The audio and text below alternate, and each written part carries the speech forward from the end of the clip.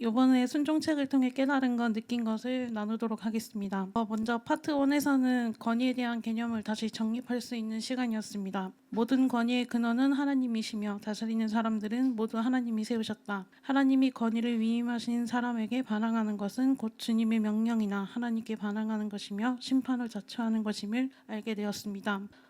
파트 2에서는 권위에 순종함으로 누릴 수 있는 것들에 대해서 알 수 있는 시간이었습니다. 4장에 보면 사탄은 하나님의 성품을 왜곡하여 우리가 하나님의 권위에 반항하게 만들고 우리의 주인을 바꾸려고 한다. 하지만 하나님의 뜻을 벗어난 곳에는 선한 것이 없고 좋아 보이나 좋은 것이 전혀 없음을 명심해야 하고 속아서는 안 된다고 나와 있습니다. 우리가 순종할 때 죄의 법을 방어하고 나아가 정복할 수 있고 죄의 법을 다스리는 강력한 병기가 되며 순종하는 자에게는 사슬의 저주가 전혀 먹히지 않고 오히려 복이 되게 하신다는 것을 알게 되었습니다. 또한 우리에게 하나님은 100%의 순종을 원하신다는 것을 알게 되었습니다. 99%의 순종, 내가 내키는 대로 하는 순종은 불순종이다. 이 내용을 읽으면서 그동안 저의 신앙과 삶을 돌아보니 저는 제 기분에 따라 제가 할 수 있는 것만, 제가 내키는 것 위주로 부분적인 순종을 많이 했던 것 같습니다. 신앙적인 권면을 들어도 내가 할 수 있는 것만 수용을 했었던 것 같고, 직장에서도 내 판단과 기준에 맞는 건 쉽게 지시를 이행하지만 아닌 부분에 대해서는 반론도 제기하고 불순종의 모습이 있었던 것 같습니다.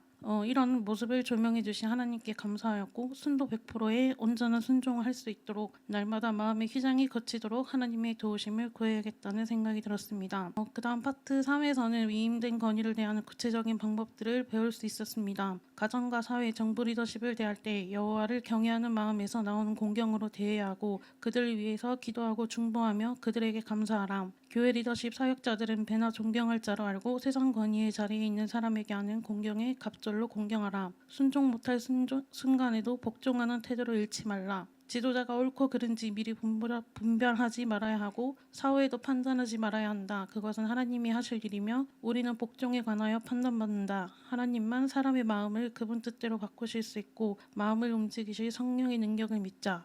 또 이런 사람에게 순종해야 하는 생각이 드는 권위자에게 당하는 부당한 대우를 그분 손에 맡기면 언제나 그분이 공의로 심판하신다. 앞에 이런 내용들을 읽으면서 회개하는 부분과 감사한 부분이 있었습니다. 먼저 나라의 지도자를 조롱하는 것은 성령에 대항하는 것이라고 했는데 저는 제가 직접 조롱하지는 않았더라도 개그 프로나 이런 프로그램에서 조롱하는 문화에 동조하는 모습이 있었던 것 같습니다. 또한 그리고 지도자 위치에 있는 자들을 판단하지 말라고 했는데 판단하고 비판하는 모습이 저에게 많이 있었습니다. 이런 것이 잘못된 것임을 깨닫게 되었고 제가 할 일은 그저 지도자들을 존중하고 기도하며 하나님의 자리를 비워두고 하나님이 하실 일을 신뢰해야 하는 것임을 알게 되었습니다. 또한 교회의 리더십을 대할 때 배로 존경하라고 하였는데 이 부분에 대해서는 저희 부모님이나 집사님, 권사님들의 모습을 통해 순종이 기본으로 취해야 하는 자세인 것은 자연스럽게 체득하고 있었음에 감사했습니다. 그런데 저에게는 이제 온전히 같이 와야 될 복종하는 태도는 같이 갖추지 못했던 모습들이 있었습니다. 그래서 이 부분이 많이가 회개가 되었고 내 마음까지 온전히 복종되어 순종의 행동으로 나타나도록 성령의 도움을 많이 구해야겠다고 느꼈습니다. 그리고 파트 4에서는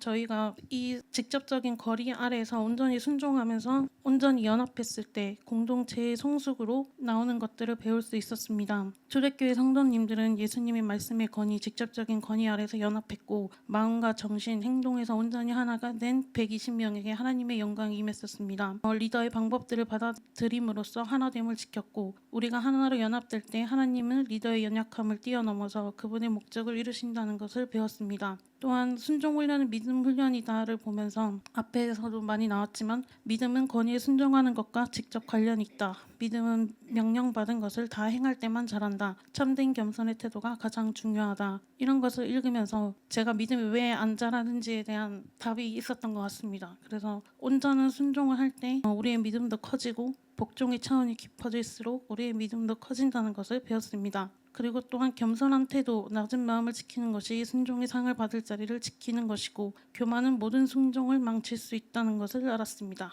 그래서 하나님을 온전히 사랑하는 마음이 참 겸손을 낳는다는 것을 또 배울 수 있었습니다.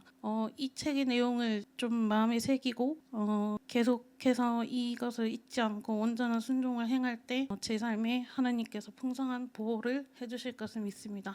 감사합니다.